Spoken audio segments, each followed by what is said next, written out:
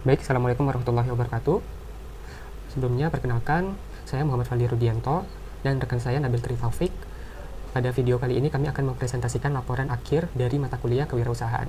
Jadi pada mata kuliah ini kami telah mempelajari beberapa konsep kewirausahaan untuk membangun sebuah bisnis. Nah, kami mengambil studi kasus yakni bisnis Icraftonics. Bisnis ini menyediakan kit pembelajaran STEM khususnya untuk anak-anak dan remaja.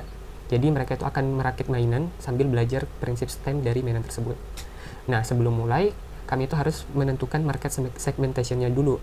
Kenapa? Agar kedepannya saat menentukan target penjualan ataupun pemasaran, itu kami lebih terfokus dan terstruktur dan tepat sasaran. Nah, di sini kami sudah mengkaji market segmentation Icraftonics ini dan kami menemukan bahwa Icraftonics ini target penggunanya adalah anak-anak usia 7-14 tahun, baik itu mulai dari sekolah dasar sampai sekolah menengah atas, kemudian remaja dan dewasa yang punya hobi atau ingin belajarlah tentang teknologi. Nah, kemudian selain target pengguna ada target customer atau target pasar. Nah, target pasarnya yakni orang tua dan instansi pendidikan. Kenapa? Karena melalui target pasar inilah produk-produk dari Icraftonics bisa sampai ke target pengguna. Nah, jadi ini berpengaruh nantinya kepada proses pemasaran. Jadi kami akan menargetkan orang tua dan instansi pendidikan untuk pemasaran.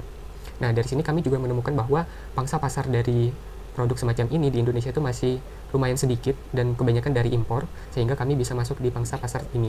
Namun tantangannya mungkin kami perlu membangun pasar tersebut, karena pasar ini sebelumnya kan masih sedikit. Kurang lebih sih seperti itu hasil dari market segmentation. Ini bisa dilanjutkan oleh Nabil. Oke, baik. Setelah menentukan segmentasi pasar, kami menentukan atau membuat market research dan based market. Kenapa sih sangat penting buat mencari market research dan based market?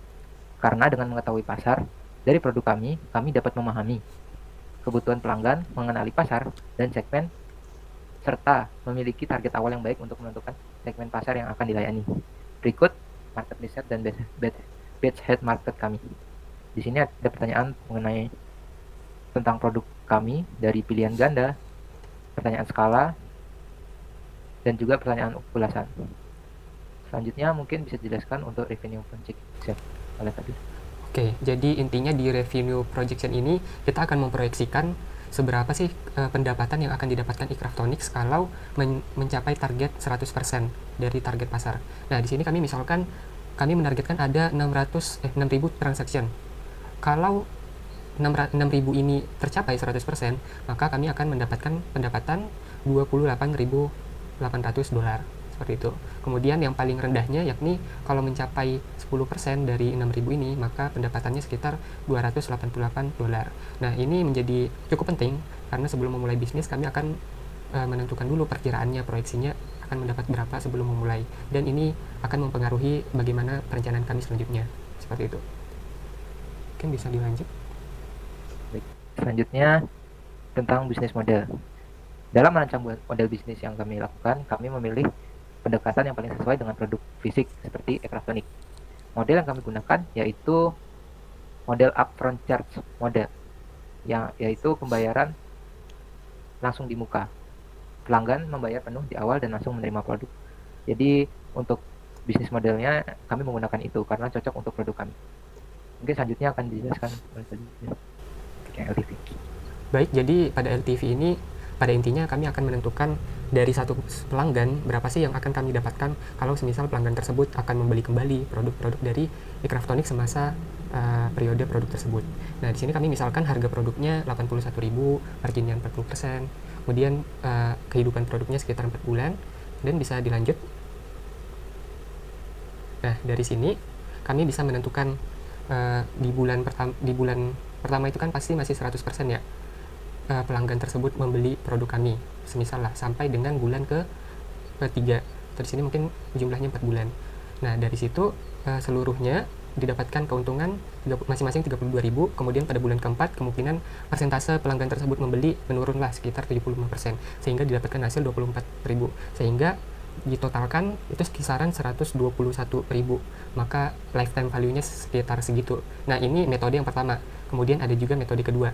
Di metode kedua ini itu akan memperhitungkan bahwa kedepannya produk itu nilainya semakin lama semakin menurun. Ini juga memperhitungkan nilai mata uang yang semakin lama semakin menurun, seperti itu. Kemudian di sini bisa dilihat dari bulan pertama itu masih full 32.000 kisaran segitu, kemudian semakin ke depan semakin menurun sampai ke 7.200. Kemudian di total maka LTV dari metode kedua ini didapat sekitar Rp85.408. Kurang lebih seperti itu untuk LTV. Nah, bisa dilanjut. Nah, dari LTV ini kita bisa menentukan apakah ini akan menguntungkan pada metode kokanya. Jadi di koka ini kita akan menentukan biaya, berapa sih biaya untuk mendapatkan satu buah pelanggan, biaya promosi, biaya pemasaran. Mungkin bisa dilihat di sini kita menentukan TMSE-nya dulu. Jadi TMSE ini total seluruh biaya yang kita keluarkan untuk pemasaran. Kita lihat dari bulan pertama, 2 ke 3 itu sama ya. Bisa dilanjut. Nah, dari TMSE ini kan totalnya sekitar 448.000. Kemudian IBSF ini kurang lebih seperti dari pemasaran kemungkinan ada biaya endorse gitu, jadi berupa pemasukan.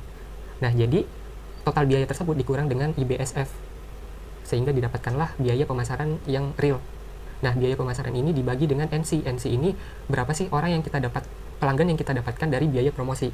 Dibagi, didapatkanlah rata-ratanya. Misal di bulan pertama itu 89.200. Kemudian bulan seterusnya itu semakin menurun. Nah, ini memang pada dasarnya seperti itu, semakin lama semakin menurun biaya kokanya. Dan ini bisa dibandingkan dengan LTV. Kalau semisal LTV-nya itu lebih besar daripada biaya koka, maka bisa dibilang bisnis ini masih tergolong baik. Nah, kalau dilihat di sini di bulan pertama itu masih lebih tinggi dari LTV, tapi di bulan-bulan selanjutnya itu sudah lebih kecil dari LTV. Jadi sehingga bisa dibilang masih baik lah untuk bisnis ini. Mungkin kurang lebih seperti itu. Bisa dilanjut. Oke, baik. Selanjutnya ini tentang financial accounting yang pertama, yaitu menghitung cash basis accounting. Jadi sebelumnya untuk cash basic accounting ini adalah untuk mencatat pendapatan dan pengeluaran saat uang benar-benar diterima atau dikeluarkan. Di bulan pertama kami menerima pendapatan 6 juta. Setelah itu pengeluarannya 3,7 juta untuk produksi dan memperoleh laba sebesar 2,3 juta. Nah, laba ini terus meningkat setiap bulan hingga di bulan keempat, akhir di bulan keempat itu 7.250.000. Lalu laporan keuangan yang mengenai accrual accounting. Sebetulnya untuk metode kasih ini mencatat transaksi saat terjadi meskipun belum ada uang yang berpindah. Biasanya untuk metode accrual accounting ini sangat cocok untuk bisnis yang sistemnya pre-order. Tapi kita tetap mencoba untuk bisnis kita. Contohnya di bulan kedua kami mencatat pendapatan yaitu 2 juta karena sudah mengirimkan produk meskipun uang baru diterima di bulan ketiga. Oleh karena itu muncul account receivable di bulan kedua sebesar 2 juta dan di bulan ketiga tidak ada penjualan baru. Tapi kami menerima uang dari pelanggan bulan sebelumnya. Maka revenue di bulan ketiga yaitu 0. Selanjutnya saya akan menjelaskan yang financial accounting 3. Jadi untuk menentukan book value dan market value, kita perlu menentukan aset, liabilities, dan owner equity. Yang dimana total aset dari current liabilities dan owner equity itu sebesar 5.700.000. Nah, lalu untuk menghitung book value dan market value-nya, itu kita mencari dulu untuk book value-nya, yaitu hasil dari owner equity, yaitu pertambahan dari initial capital dan return earning from sales. Jadi untuk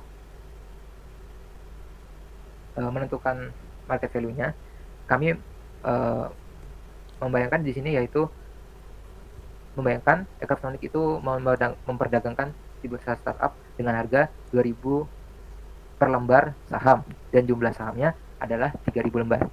Maka 3.000 lembar tersebut, 3.000 lembar saham tersebut dikali 2.000 yaitu 6 juta.